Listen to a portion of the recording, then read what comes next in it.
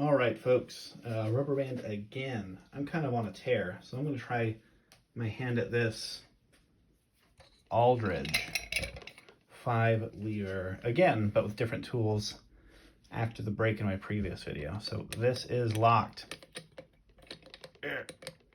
Okay. Trying to get better at showing that. So I'm going to be using a bent and drilled nail and piece of bent wire that was made for me by Brummie Lockpicker. On the videos that I reference him and other channels, I will put a link to their channel in the description after it's uploaded. I just managed to figure out that I got some wires that will fit and go for a pick, so I'm going to turn it so you can maybe see what's going on here. So heavy tension.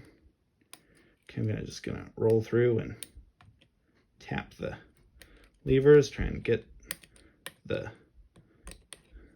bolt to walk up out of the way. Just waltz out of here. I think that was it.